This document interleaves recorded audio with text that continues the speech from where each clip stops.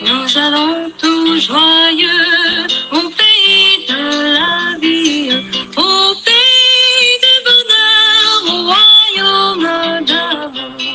Vous qui marchez encore sans Dieu dans la folie, oh dites, voulez-vous y venir dès ce jour? Voulez-vous y venir dès ce jour? Oh, voulez-vous venir à ce Dieu plein d'amour? Puis il dit à Thomas, avance ici ton doigt et regarde mes mains. Avance aussi ta main et mets-la dans mon côté et ne sois pas incrédule, mais crois. Thomas lui répondit, mon Seigneur et mon Dieu. Jésus lui dit, parce que tu m'as vu, tu as cru. Heureux ceux qui n'ont pas vu et qui ont cru. Amen. Gloire à Dieu. Nous trouvons ces paroles dans le livre de Jean au chapitre 20, les versets 27 à 29. Bonjour, bonjour mes amis de la méditation quotidienne. Comment allez-vous en ce 4e jour de la semaine? J'espère que vous allez bien et que vous êtes prêts à découvrir notre histoire biblique de la semaine.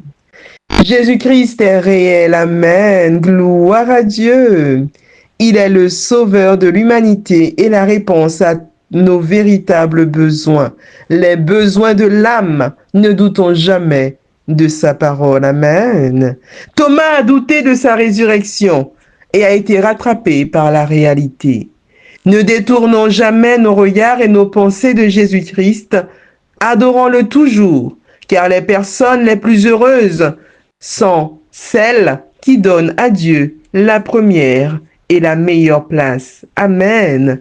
Gloire à Dieu. Prions le Seigneur. Notre Père qui est aux cieux, nous te disons merci pour ton amour, pour ta miséricorde envers nous, pour le sacrifice de Jésus-Christ, notre Seigneur et Sauveur. Qu'il est bon d'être à tes pieds en ce matin. Nous te remercions pour le don de la vie. Nous te demandons pardon pour nos fautes commises envers toi. Lave-nous, purifie-nous dans le sang de l'agneau et aide-nous chaque jour à refléter le caractère de Jésus-Christ. Merci pour le verset d'introduction de ce matin. Ô Père, nous n'avons pas vu Jésus-Christ, mais nous croyons. Oh oui, nous croyons parce qu'il est le sauveur de l'humanité. Aide-nous à rester fermes dans la foi, à ne pas vaciller, ô Père, particulièrement en cette fin des temps. Nous voulons te faire confiance, quoi qu'il advienne. Merci encore pour l'histoire biblique de ce matin.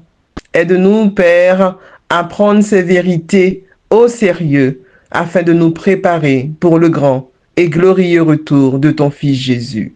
Merci encore pour tout. Nous te prions pour toutes les personnes qui passent par des moments difficiles. Puisses-tu intervenir. Ô Père, merci encore d'être dans nos vies. Merci encore pour toutes choses.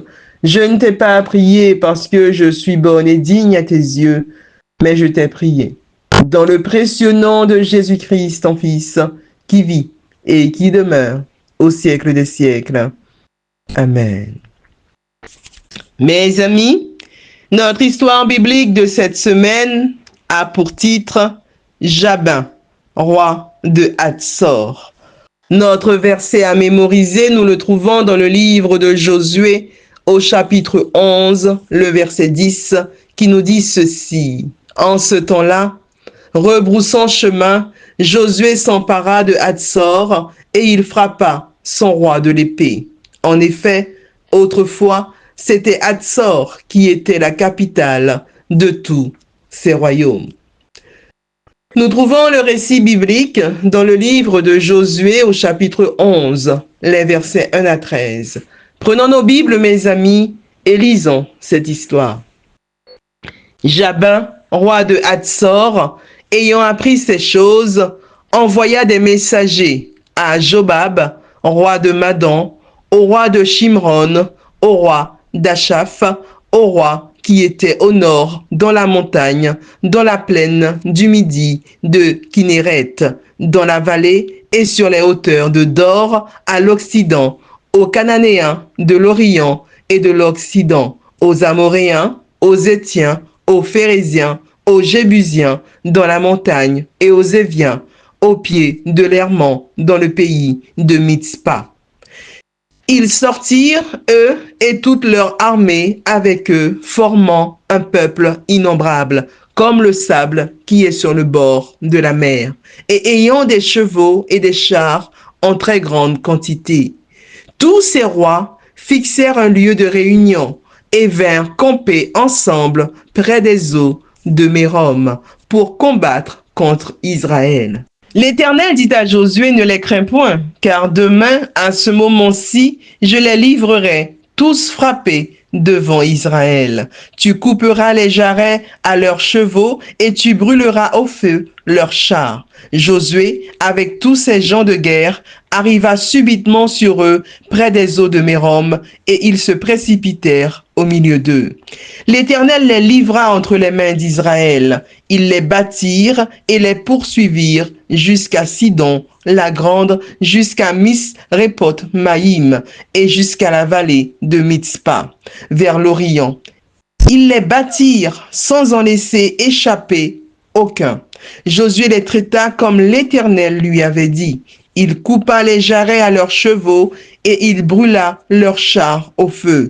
À son retour, et dans le même temps, Josué prit Hatsor et frappa son roi avec l'épée. Hatsor était autrefois la principale ville de tous ces royaumes. On frappa du tranchant de l'épée et il en dévoua par interdit tout ce qui s'y trouvait. Il ne resta rien de ceux qui respiraient et l'on mit le feu à Hatsor. Josué prit aussi toutes les villes de ses rois et tous leurs rois, et il les frappa du tranchant de l'épée, et il les dévoua par interdit, comme l'avait ordonné Moïse, serviteur de l'Éternel. Mais Israël ne brûla aucune des villes situées sur des collines, à l'exception seulement de Hatsor, qui fut brûlée par Josué. La morale de l'histoire est la suivante, mes amis. Le péché répugne Dieu. Et bien qu'il aime profondément le pécheur, il le respecte au point de lui donner le choix entre repousser ou accepter son offre de salut et d'amour éternel. Jabin, le roi de Hatsor, conclut que pour attaquer et espérer vaincre Josué, il lui fallait s'unir au plus grand nombre possible de rois. Il parvint à constituer une armée aussi innombrable que le sable qui est sur le bord de la mer. Pourtant, Josué triompha d'eux, n'épargnant rien ni personne. Il était l'instrument choisi par Dieu pour exécuter les jugements sans appel qu'il avait prononcés sur ses peuples. Ses ordres, venus directement du ciel, étaient de les détruire. L'œuvre de Josué à la tête de l'armée d'Israël s'apparente bien qu'à plus petite échelle à celle qu'accomplira le Seigneur Jésus lorsqu'il viendra dans sa gloire et sa majesté. Il ne s'agissait pas de procéder à une purification ethnique, mais à une purification spirituelle. Amen. Le péché enraciné dans le pays que Dieu avait mis à part depuis des siècles pour son peuple, menaçant ainsi la vie spirituelle du peuple d'Israël, menace qui se concrétisa là où il ne fut plus éradiqué. La mauvaise influence exercée sur Israël par les peuples avoisinants se fit sentir tout au long de l'histoire du peuple hébreu et emprunta toujours la voie spirituelle. La destruction des 31 nations païennes fut une nécessité, tout comme le sera la destruction définitive du péché au retour de Jésus. Amen. Gloire à Dieu. Notre histoire biblique de cette semaine avait pour titre Jabin, roi de Hatsor. Notre verset à mémoriser, nous le trouvons dans le livre de Josué au chapitre 11, le verset 10, qui nous dit ceci. En ce temps-là, rebroussant chemin, Josué s'empara de Hatzor et il frappa son roi de l'épée. En effet, autrefois, c'était Hatzor qui était la capitale de tous ces royaumes. Oui, mes amis, pareillement au peuple d'Israël qui devait se garder de tout contact avec le péché régnant parmi les nations voisines, les enfants de l'Israël moderne, après l'acte exécutif de Jésus-Christ, n'auront plus aucun contact avec le péché qui aura régné tant de siècles sur cette terre. Amen. Oui, mes amis, bientôt, nous n'aurons plus de contact avec le péché qui aura régné tant de siècles sur cette terre. C'est sur ces paroles que je vous souhaite une excellente journée dans le Seigneur. Que Dieu vous bénisse. Et je vous dis à vendredi, Dieu voulant, pour notre récit historique de la semaine.